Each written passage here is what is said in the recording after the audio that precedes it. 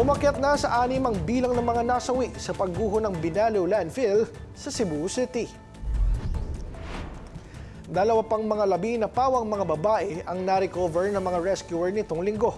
Sa kabila ng matinding panganib sa lugar, natagpuan ng mga biktima noong nakarang araw pero naantala ang pagguha sa kanila dahil may malalaking bakal na bumagsak sa ibabaw nila.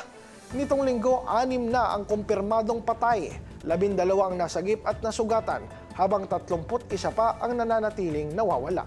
Patuloy na hinaharap ng mga rescuer ang maraming banta tulad ng malakas na ulan, masangsang na amoy, methane gas sa ilalim ng landfill at matitigas na bakal na nakahalo sa siksik na basura.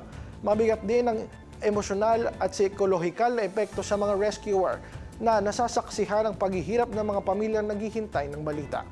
Sa kabila nito, umaasa pa rin ang mga otoridad na may mahanap pang buhay, lalo't tumating na ang karagdagang heavy equipment. Nangyari ang pagguho noong January 8 habang may humigit kumulang 100 manggagawa sa lugar.